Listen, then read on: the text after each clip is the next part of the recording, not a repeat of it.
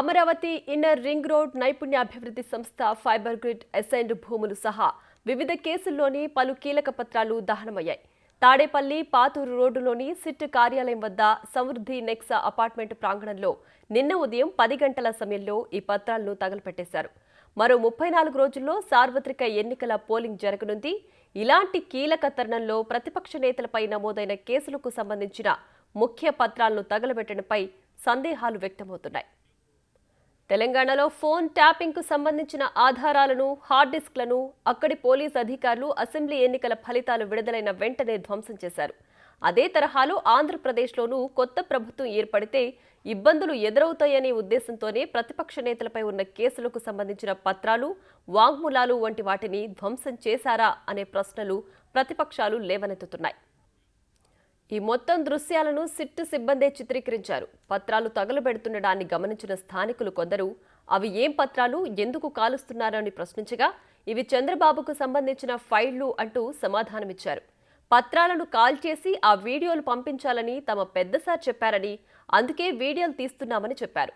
ఈ మొత్తం వ్యవహారాన్ని స్థానికులు కొందరు వారి సెల్ ఫోన్లలో చిత్రీకరిస్తుండగా వాటిని తీయొద్దంటూ సిట్ సిబ్బంది బెదిరించినట్లు తెలుస్తోంది. మరోవైపు జెరాక్స్ మెషిన్ వేడెక్కడం వల్ల కాగితాలు ఇరుక్కుపోయాయని, ఇంకు తక్కువగా ఉండడం వల్ల ప్రింట్లు సరిగ్గా రాలేదన్న సిట్ అధికారులు అందుకే కాల్చేసినట్లు వెల్లడించారు. మరోవైపు సిట్ చీఫ్ పై రాష్ట్ర ఎన్నికల సంఘానికి టీడీపీ ఫిర్యాదు చేయనున్నట్లు తెలుస్తోంది. నేడో రేపో సిట్కు ఈసీ నోటీస్ ఇవ్వనుంది. తర్వాత కోర్టులో కేసు వేసే యోచనలో టీడీపీ ఉన్నట్లు సమాచారం. కేంద్ర ఎన్నికల సంఘానికి కూడా ఫిర్యాదు చేయాలని యోచనలో టీడీపీ ఉన్నట్లు తెలుస్తోంది.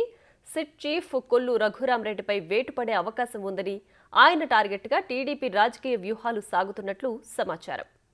రైట్, ఇక ఇదే అంశానికి సంబంధించి మరింత సమాచారం మా ప్రతినిధి శివ లైవ్ లో అందించడానికి సిద్ధంగా ఉన్నారు. శివ, చెప్పండి. అయితే ఈ ఫైల్ కాల్చివేతకు సంబంధించి పూర్తి డీటెయిల్స్ ఏంటి? అవి నిజంగానే కీలకమైన డాక్యుమెంట్లా ప్రతిపక్ష నేతలు ఆరోపిస్తున్నట్లు, లేదంటే జిరాక్స్ మెషిన్ ఇబ్బంది రావడం వల్లనే అలా చేశారా? దీనికి సంబంధించి డీటెయిల్స్ ఏంటి? మొత్తం మీద చూసుకుంటే ఆంధ్రప్రదేశ్ రాజకీయాలు శరవేగంగా మారిపోతున్నాయి. అధికార ప్రతిపక్షాల మధ్య మాటల తోటాలు పేలుతున్న సమయంలో కూడా ఒక్కసారిగా చంద్రబాబు కేసులకు సంబంధించిన డాక్యుమెంట్స్ దగ్ధం కేసు రాష్ట్ర వ్యాప్తంగా సంచలనం సృష్టించింది. ఏదైతే సిఐడి సిట్ కార్యాలయం సమీపంలో నిన్న ఉదయం నుంచి కూడా దాదాపు 5 గంటల పాటు కొన్ని బస్తాల్లో డాక్యుమెంట్లని దగ్ధం చేయడం జరిగింది. ఇక్కడ ప్రధానంగా ఒక అంశాన్ని గమనించాలి. జిరాక్స్కు సంబంధించి చెడిపోయినా లేకపోతే ప్రింట్ సరిగ్గా రాకపోయినా ఇన్ని పేపర్లు తగలబెట్టాల్సిన అవసరం ఉండదు, ఇన్ని పేపర్లు వేస్ట్ పేపర్లు ఉండవు అనేది టీడీపీ నేతలు చెప్తున్న వాదన. అలాగే హెరిటేజ్కి సంబంధించి ఇప్పటికే వారికి ఒక నోటీసు లేఖ రాయడం జరిగింది. వీరు తిరిగి రేఖ కూడా రాశారు. అయితే సిఐడి వ్యవహరించిన తీరు, చిప్ ఎవరైతే ఉన్నారో రఘురామరెడ్డి వ్యవహరించిన తీరు మొదటి నుంచి కూడా కొంత ఇబ్బందికరంగా ఉందని చెప్పి టీడీపీ నేతలు వ్యాఖ్యానిస్తున్నారు. తాజాగా ఆయన ఏదైతే తెలంగాణ ఎన్నికల ఫలితాల ముందుకు సంబంధించి కానీ ఫలితాల తర్వాత కానీ ప్రభుత్వం మారిపోతుందనే సమాచారం రావడంతో అక్కడ ఫోన్ టాపింగ్ సంబంధించి కానీ లేకపోతే కొన్ని కీలకమైన శాఖలకు సంబంధించి ఫైళ్లు అదృశ్యం లాంటి పరిణామాలు చోటు చేసుకున్నాయి. ఇదే పరిస్థితి ప్రస్తుతం ఆంధ్రప్రదేశ్లో కూడా కొనసాగుతున్నట్లు కూడా స్పష్టమైన సమాచారం అందుతోంది. ఇప్పటికే టీడీపీ నేత దేవినేని ఉమా ఈ అనుమానం కూడా వ్యక్తం చేశారు. సచివాలయంలో కొన్ని ఫైల్స్ మాయమైనట్టు తెలుస్తూ ఉంది.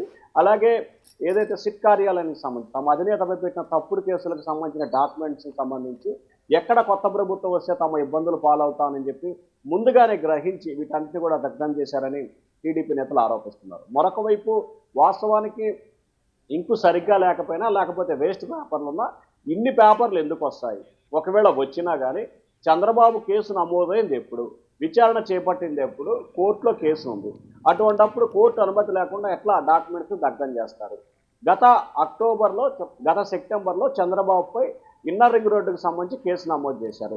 సెప్టెంబర్, అక్టోబర్, నవంబర్లో చంద్రబాబుకు సంబంధించి కానీ లోకేష్ సంబంధించి కానీ విచారణకు పిలిచారు.